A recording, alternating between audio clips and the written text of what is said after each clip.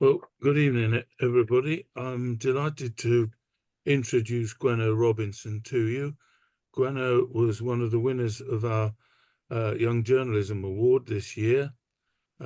She had a great start to her career working for the BBC in, let me try and pronounce it correctly, Cymru, Wales to Yeah. the rest of us, and has now proceeded to start a master's at Cardiff University. And really look forward to hearing from you, Gwenno.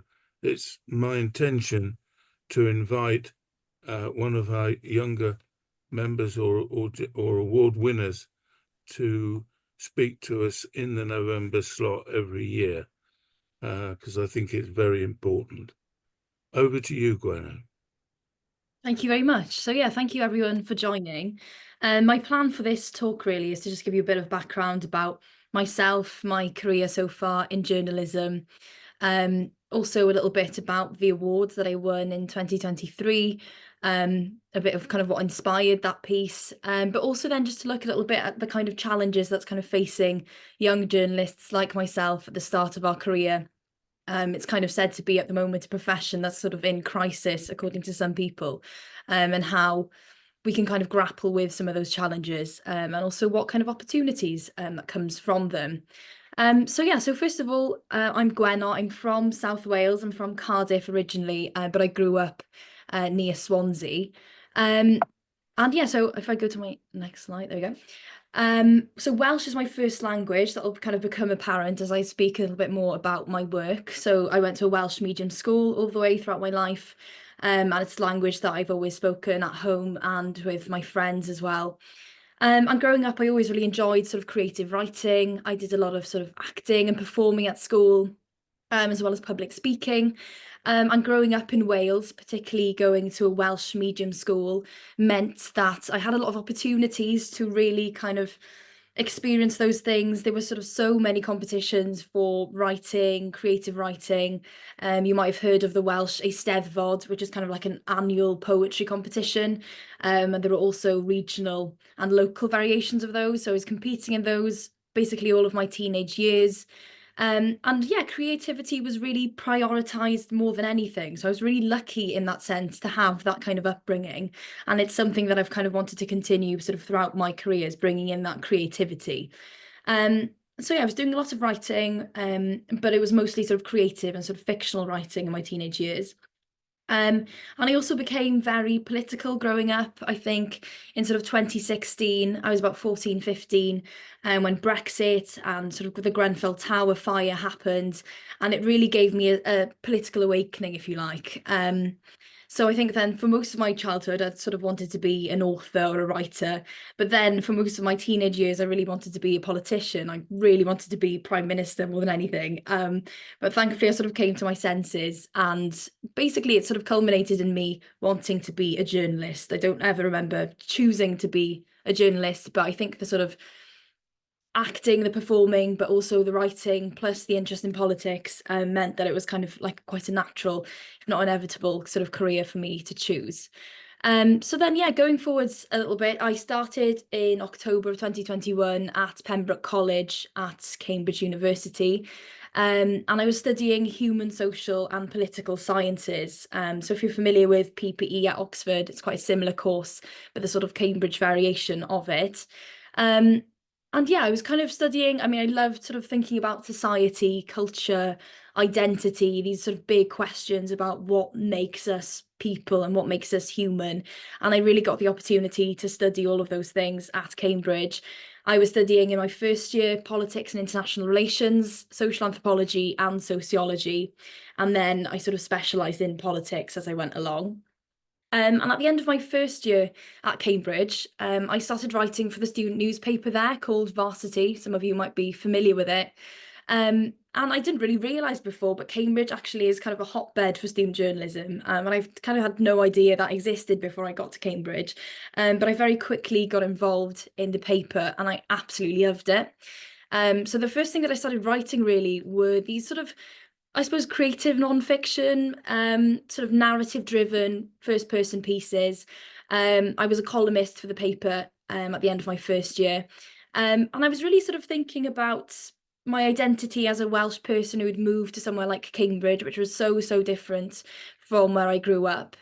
Really grappling with my Welsh identity, Welshness, my accent, the Welsh language, but also things like imposter syndrome, and sort of finding my way in somewhere like Cambridge. But I really enjoyed writing the pieces, and what I loved especially, I think, was the reaction that I got for them, because it was the first time that I was really putting out my work into the world publicly like this. And I just remember being really inundated with comments from people, through social media. People could contact me and say, God, I read your piece. And I remember one person saying they were from Hungary, and they just really related to the feelings I was describing, even though I was Welsh and, we were from completely different places. So I really loved that kind of experience.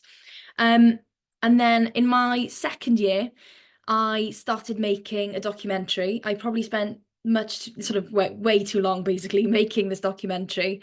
But it was about Welshness and how Welshness exists outside of Wales. So there's an idiom in Welsh called Gore Cymro, Cymro oddi cartre, and it basically means that you become a better Welshman when you're away from home.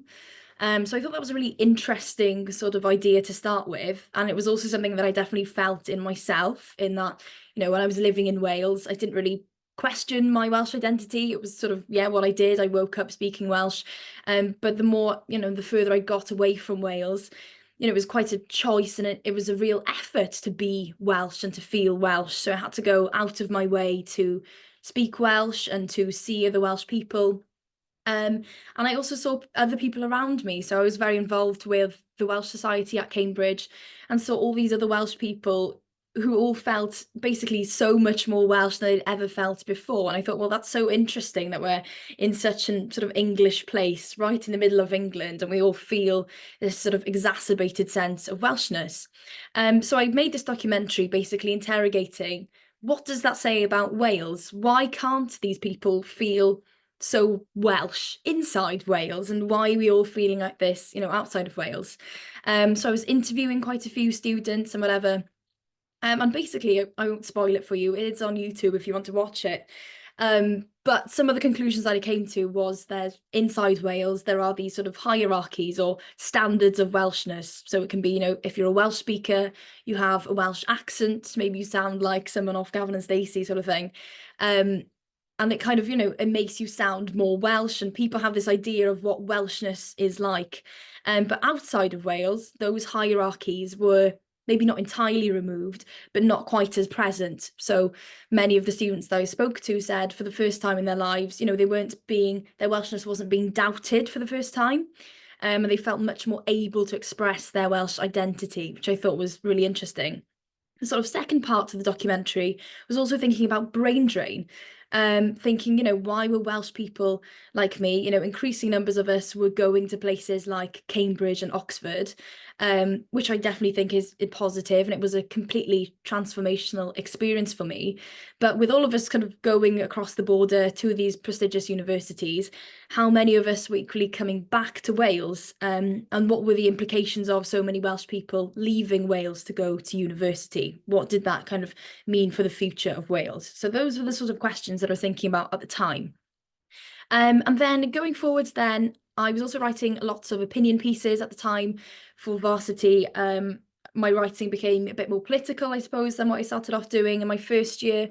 And at the same time, basically, then I saw that the Orwell Society had launched this competition in 2023.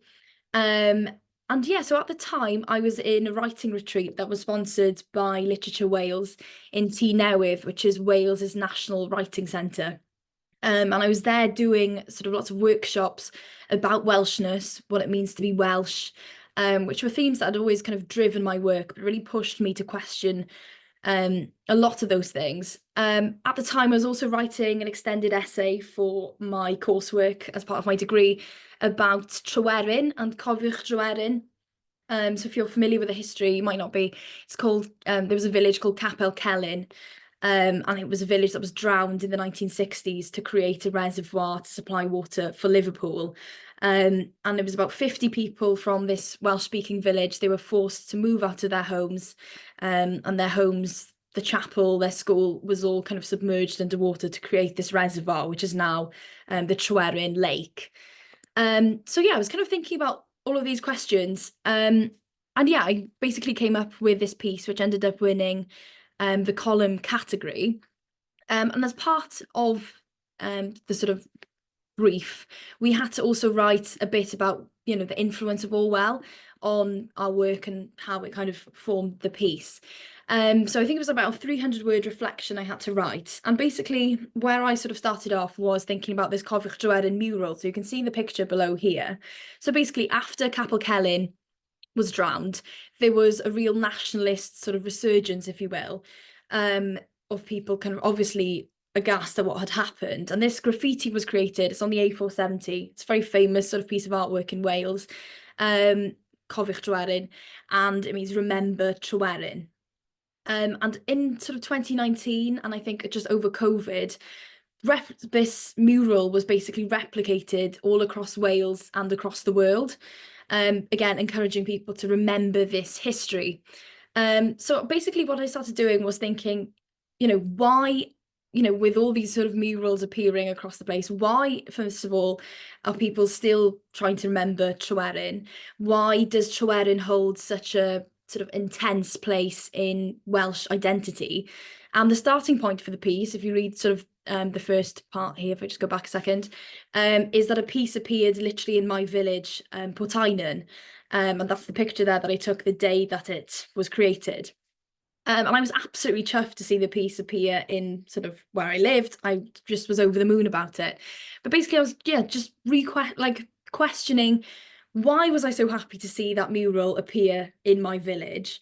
And I just wrote an opinion piece basically arguing that Welsh identity is quite often based on ancient grievances, mourning the past, things like Tryweryn that has happened. And actually, Wales has quite a lot to be proud of. And why is Welsh identity so based and entrenched in those kind of in loss, mourning, and all those really quite negative experiences? And there's a quote that I included from R.S. Thomas in the piece, who's a Welsh poet, from his poem Welsh Landscapes. And it's one of my favourite quotes. And he says, "To live in Wales is to be conscious at dusk of the spilled blood that went into the making of the wild sky." And he writes in his poem as well that there is no present in Wales and no future. There is only the past, brittle with relics. And that really reminded me, really, of a lot of things that I would kind of come across through reading George Orwell's work as well. So, for instance, in My Country, Right or Left, he writes that very few of your memories come to you genuinely virgin. So again, I was thinking, you know, why am I so chuffed to see Cofiwch Tryweryn, and why are Welsh people yeah, just so sort of clinging on to those parts of history. And again, how the past sort of informs the present was a big question that was sort of on my mind as well. At the time, Y Maw Hyd, it's a song by Dafydd Iwan. It's kind of like an unofficial anthem in Wales, if you like. It sort of went first on the Apple iTunes chart, and it experienced quite a big resurgence. And the song, again, it lists all these kind of past grievances and losses, defeats that have happened to Wales in the past. And the chorus is, "Despite everyone and everything, we're still here." So I write in the piece, you know, even though it's great that we have that song, and yes, it's great that, you know, we celebrate our survival as a nation, but actually we can be quite a bit more ambitious than that. And Wales is kind of leading the way in many ways with things like the Future Generations Act. We've got free prescriptions here. We're the world's first nation of sanctuary. But we weren't really celebrating those parts of our identity. We're only kind of looking backwards, thinking about why that is and how inclusive an identity it is if we're exclusively looking backwards. So yeah, that was kind of the idea behind the piece. And you can read the whole piece as well on the Orwell Society's website if you're interested. And after the piece was published on the NUJ's website and also the Orwell Society's website, it was published on Nation Cymru. And that's when things really started to take off, because Nation Cymru is a sort of national news service for Wales, and it really ignited quite a debate on Twitter, which was quite interesting to me because I think a lot of the people were disagreeing with the piece, but they haven't actually necessarily read the whole thing in its entirety. And they were saying, you know, they thought I was advocating for forgetting our past entirely or not teaching Welsh history at schools, which is something I'm a huge advocate for, which I thought was very interesting that everybody was sort of disagreeing with something I absolutely agreed with. And I remember Jaron Murphy from the Oral Society, who was also judging the piece, he contacted me just before we published it, and he said, it's a very brave piece, he said, and he asked me, do you feel safe for this piece to be published? Do you think your safety would be threatened? And I remember thinking, oh my goodness. And I went back to read the piece because it had been a while since I wrote it. But yeah, I didn't really realize at the time just how much I was sort of tapping into this debate.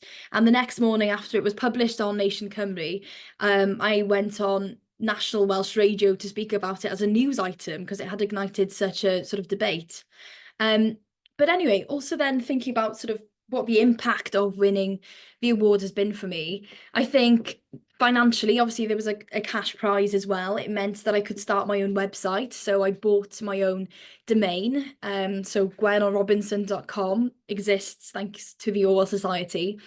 And it also gave me just a real boost of confidence, I think, to start freelancing, to start pitching article ideas. I hadn't really before considered myself as sort of a working journalist. I just saw myself as sort of a student. And it was, yeah, just a really good boost just to make sure that I felt that it was a viable career for me to pursue. Not just that it was viable, that it was something I was good at too, which is always reassuring to know.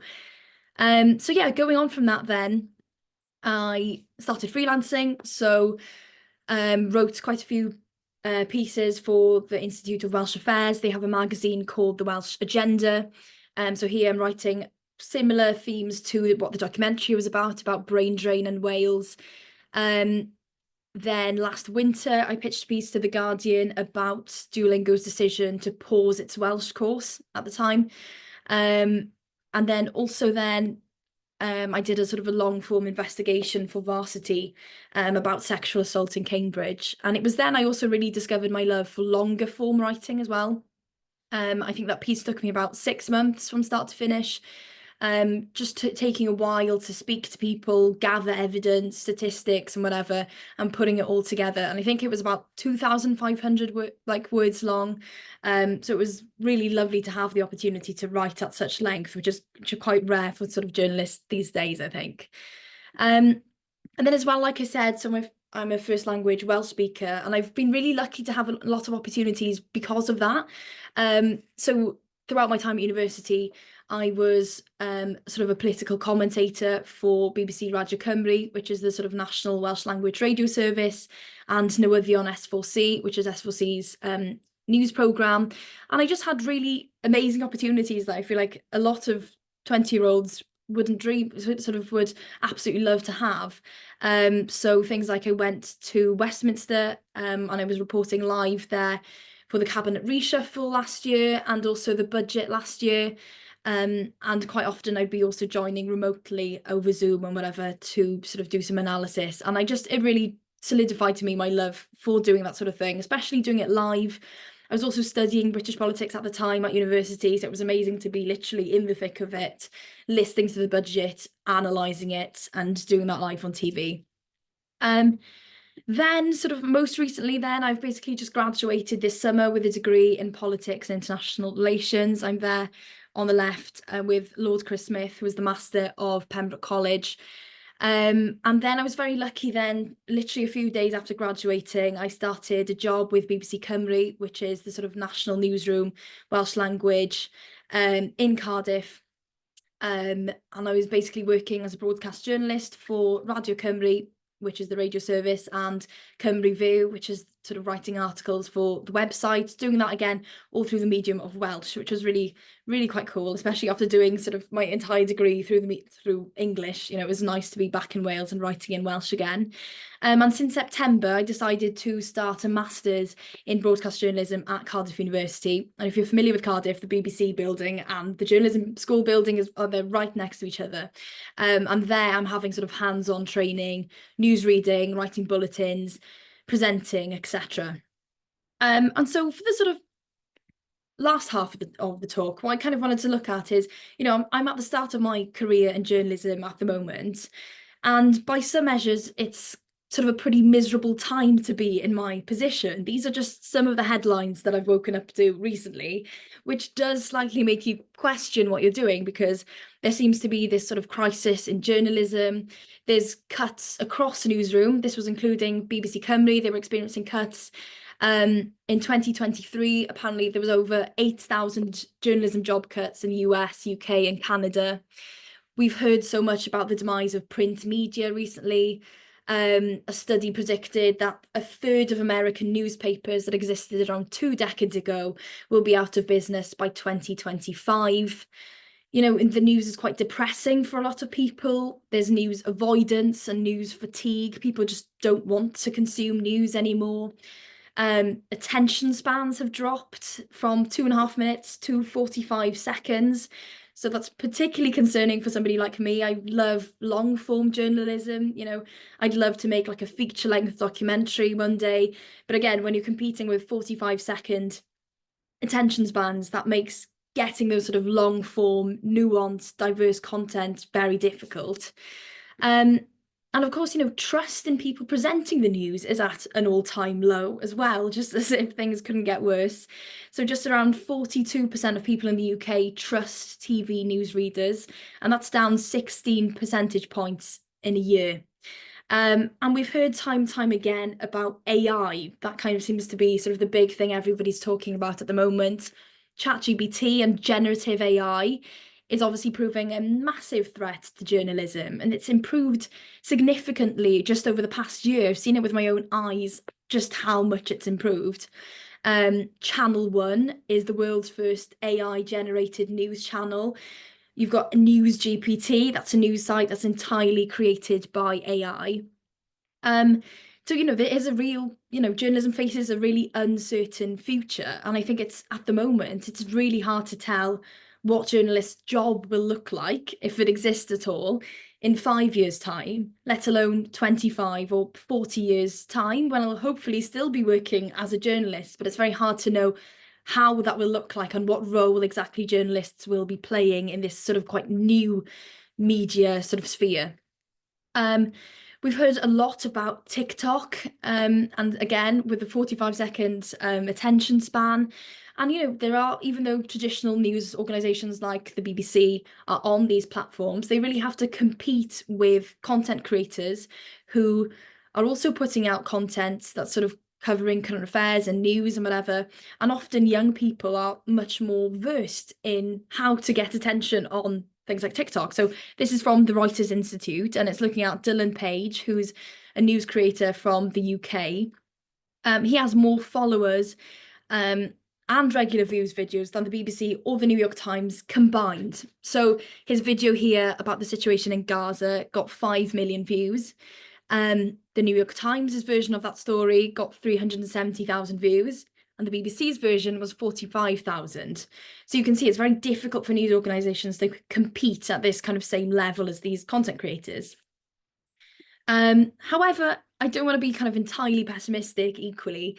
I think there is sort of some opportunity, and I think there is a bit of hope. I think even though maybe journalism is really changing quite rapidly, I think the skills and the sort of core ideas behind it sort of remain. So there's things like newsroom collectives are being created at the moment, things like Flaming Hydra. You might have heard about newsletters and the Substack model of journalism. So things like Mill Media, they've launched Manchester Mill and the Londoner, which seems to be doing very well. Digital subscriptions are still growing, so people are still putting their content behind paywall, and some people are still paying for that, but they're growing at a slower rate.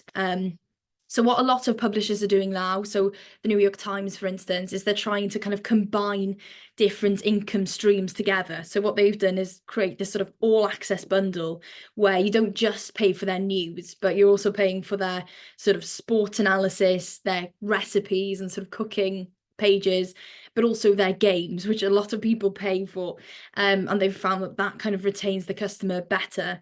And we've also seen just a massive shift away from purely just text. So that's a massive part of what we're being taught on the course is, you know, you can't just write an article. It has to be on Twitter, it has to be adapted for TikTok, it has to be adapted for Instagram.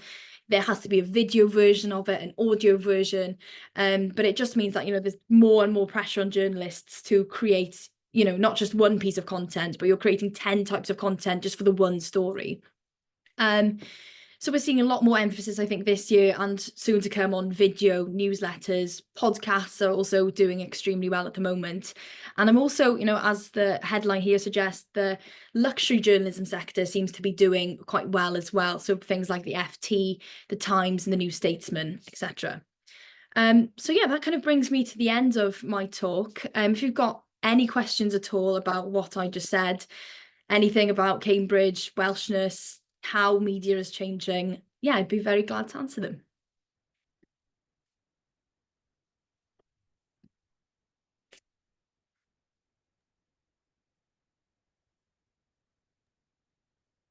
Thank you very much indeed, Gwenno.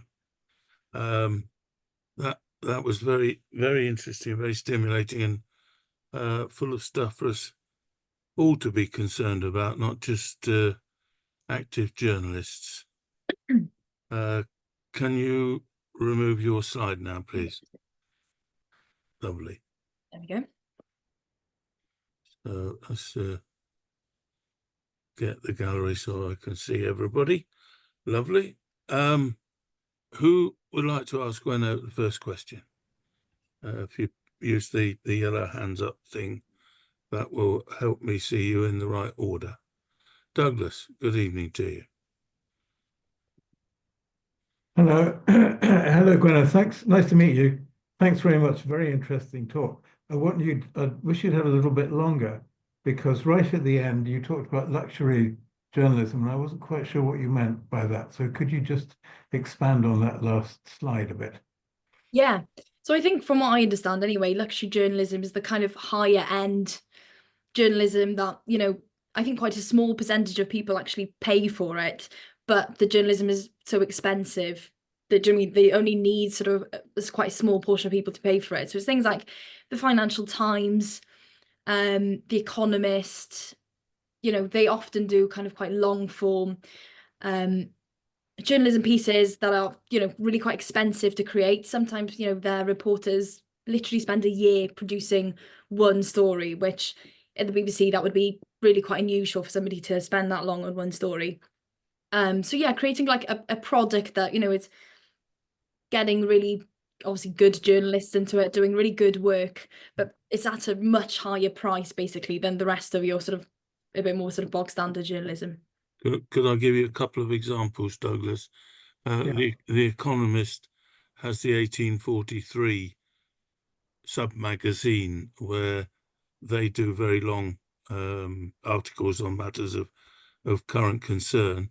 At the other end, the FT, I think once a month or once a fortnight, on a Saturday, publishes a magazine for the super wealthy of a pile of tasteless things backed by articles that rich people want to spend their money on.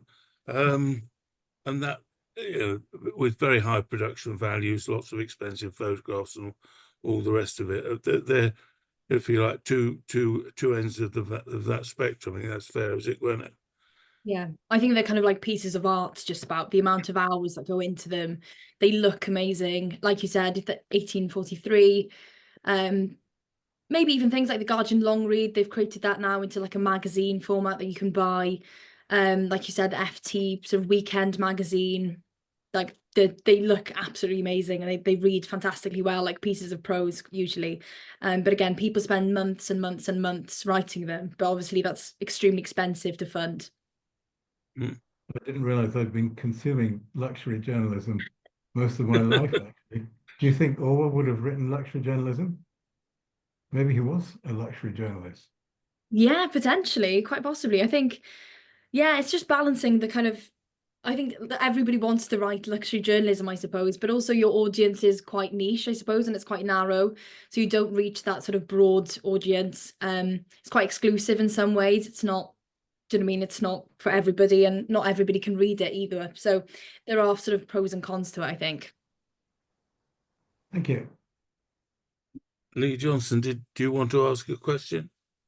Saw you yellow hand flash briefly. No, thanks. No, I didn't. I don't think I pressed anything, not intentionally. Well, But I have there you are. enjoyed the talk, and it's been really interesting. And I'm listening to other people's comments. Thank you. Who else would like to ask Gwenno a question?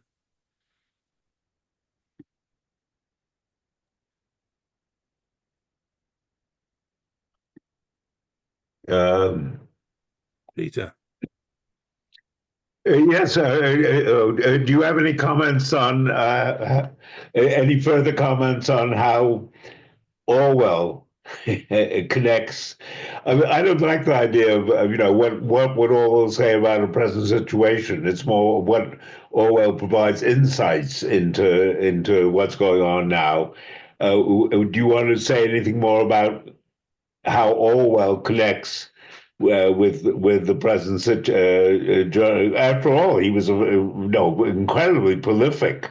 Was Tribune a luxury journal? Maybe so. He was very much. He was in so many ways a journalist. So how do you think he connects with what's going on now?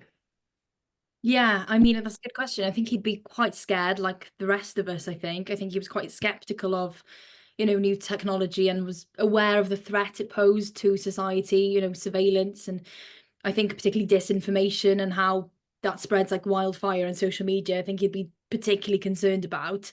But also maybe he would see maybe the opportunity there. I think something that struck me quite a lot is, we're really encouraged on the master's course that I'm doing is not to bury our head in the sands about things like AI and ChatGPT. And maybe Orwell would agree with this is, it is always going to be here. It's going to stay. I don't think it's going to be going away anytime soon. So I think there's also an argument for how we can, especially, young people like me, how can we kind of grasp that new technology and use it for kind of better ends? How can we moderate it? You might have seen a lot of people moving away from X at the moment. So the Guardian stopped posting on X as of this week. But there's been a lot of commentators also saying that we need, people to remain on platforms like that to ensure, people are sort of moderating the disinformation that goes out on these platforms and whatever. So yeah, I'm sure he'd be burying his head in the sand slightly. But yeah, maybe he would be kind of encouraging us to sort of. Of course, just a further comment.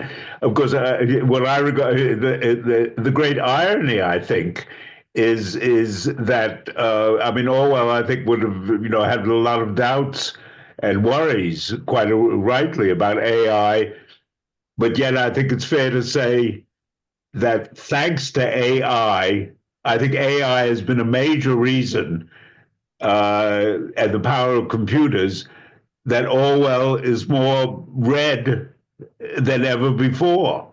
So, it's a rather paradoxical situation. So Orwellians, in some senses, should be grateful. In a sort of negative, ironic sense, should be grateful to AI. Nice one, Peter. Thank you. Gavin. Yes, thanks, Gwen. It was a very interesting talk. I don't have any questions, but a couple of observations just for you maybe to chew on. One was the title that Dylan Page has, this guy with more views than BBC and so on, because it seems to be, he's called a news creator, which seemed rather a phrase that George Orwell would have liked to have come up with as well, because he was so important about the truth. And, do you create news or do you report it? That's just an observation, and one that crossed my mind. The other one is perhaps someone you might want to explore when you're thinking about national identity, because the French historian Ernest Renan said about national identity stroke nationalism that it required a daily act of remembrance, because he was saying a nation has to remember its past, which was one of the things you were grappling with earlier. Why Welsh, and indeed the Scots, as I would say, looking at the past so much? But the other thing he also said, which is more controversial, was that nationalism also required the invention of history. the invention of a nation's history.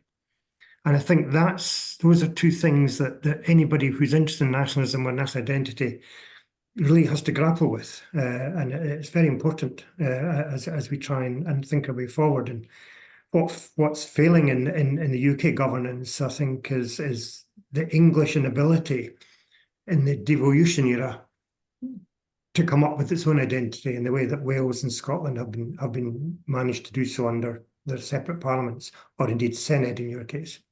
No, absolutely. That's it. No question, just observation. I enjoyed your talk very much. Thank you. Felicity Nemo, just before you put your hand up, Catherine Farnham Dear asked a question in the notes. Catherine, would you like to ask it directly of Gwenno? I think it's particularly relevant in view of what Gavin's just discussed with you. Hi, yes, can you hear me? Yes, we can. Great. Gwenno, you mentioned Brexit in passing. I wondered, in view of all the research you've done about being Welsh, why you thought Wales was an area that voted Brexit in the referendum.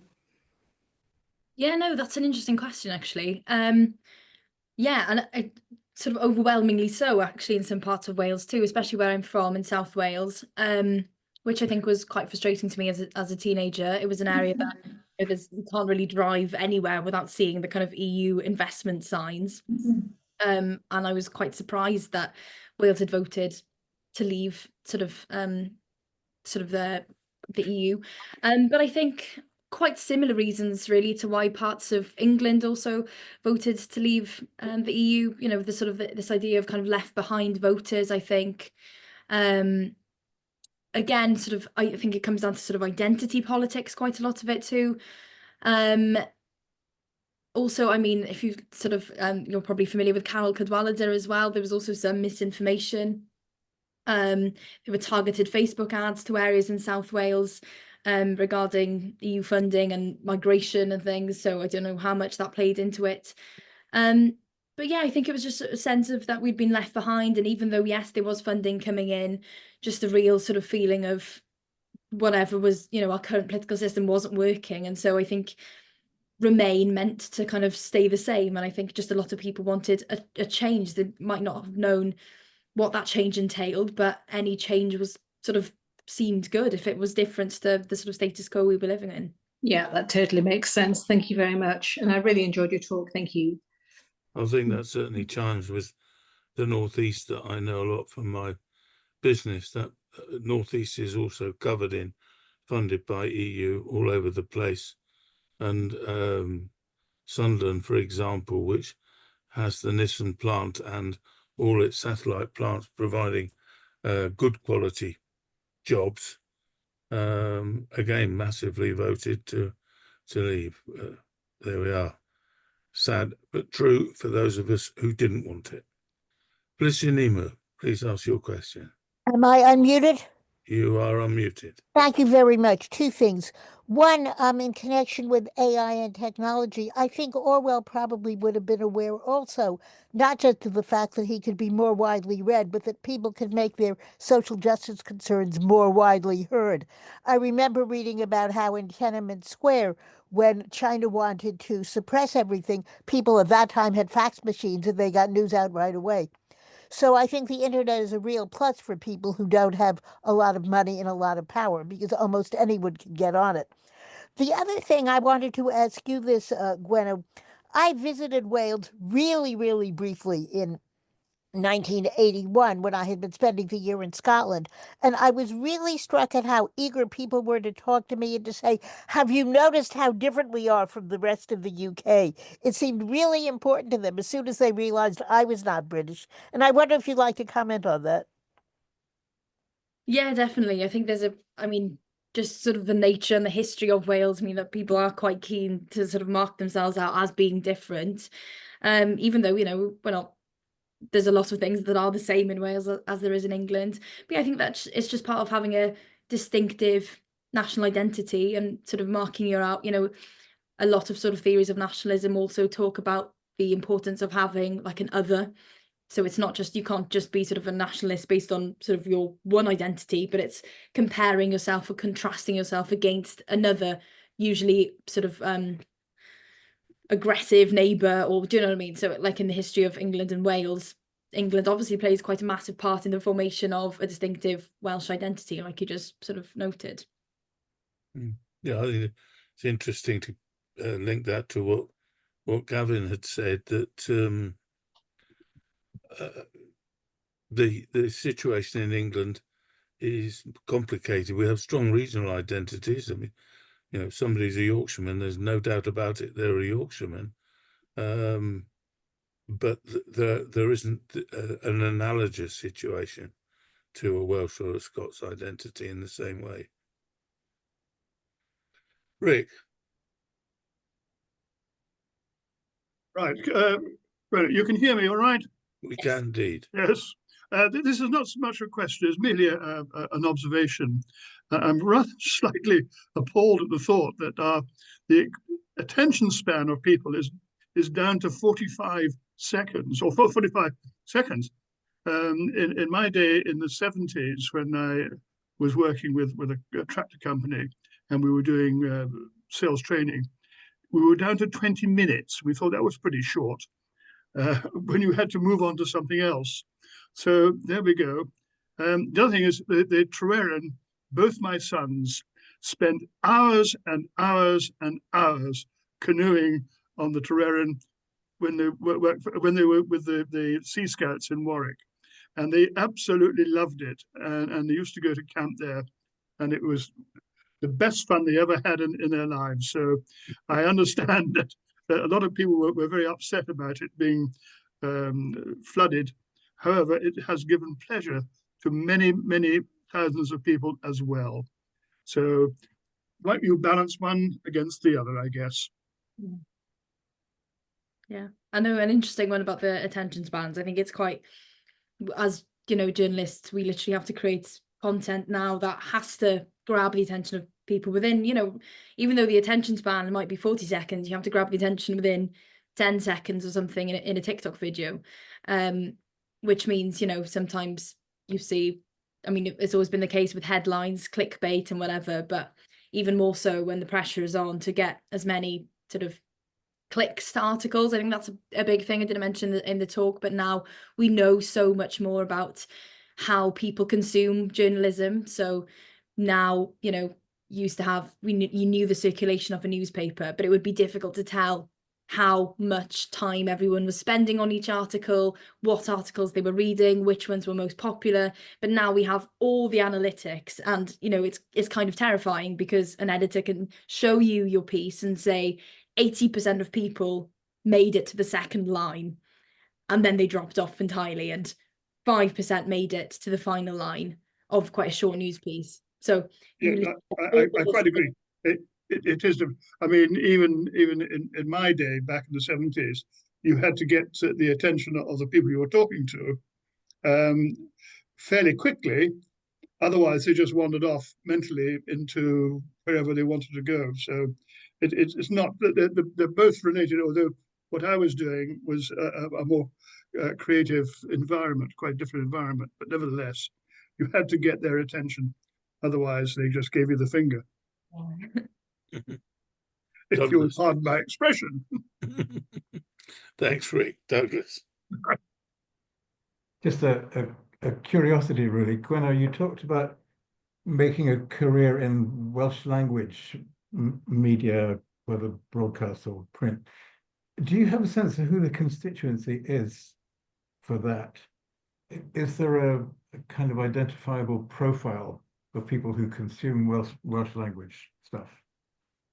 Yeah, I mean, I think there's a bit of a misconception sometimes that Welsh speakers largely exist in the north of Wales. It's true that a lot of Welsh speakers live in the north, but also, you know, we're kind of distributed. Cardiff has large numbers of Welsh speakers, and places like Carmarthenshire, West Wales, etc.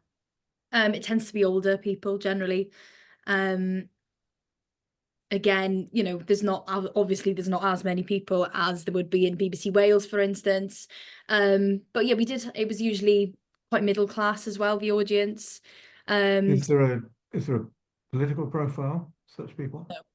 Well, I mean, probably left leaning, but that was kind of me more just because Wales, do you know what I mean? Like, but Yeah, so things like the National Eisteddfod, for instance, we knew our audience absolutely loved hearing about the National Eisteddfod. So we had a live blog running throughout the week of National Eisteddfod, which would have been, you know, in BBC Wales, who were catering for the English language audience in Wales, that they would never cross their minds to have that sort of thing. But we, you know, had thousands of views on that every day. So it was quite a niche audience, I suppose. But yeah, it was an interesting experience for sure. Thanks. Sylvia, did you want to ask a question? Lovely to see you again. Yes, thank you. I know Orwell and Eileen visited Wales a couple of times. I wondered if you wanted to comment on that. They went to visit a friend who lived there, and someone else could remind us of who that couple was who lived in Wales.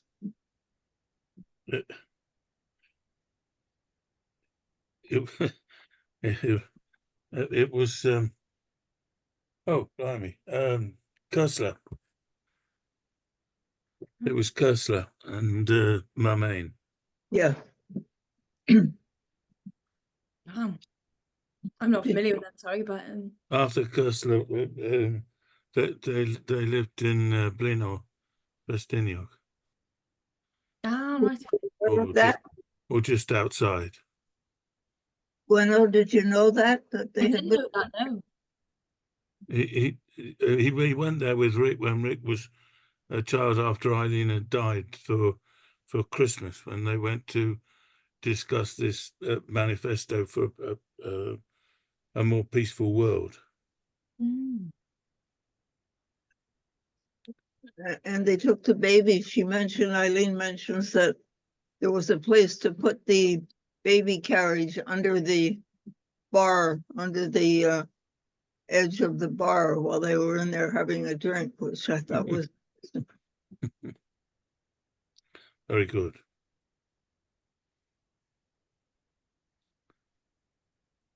Well, if you've not read it, Sylvia's written a fabulous biography of Eileen O'Shaughnessy, Orwell's first wife. Okay, fantastic. I'll have to give that a read. I'm sure I put that in there. Thank you, Sylvia. Any more questions, please?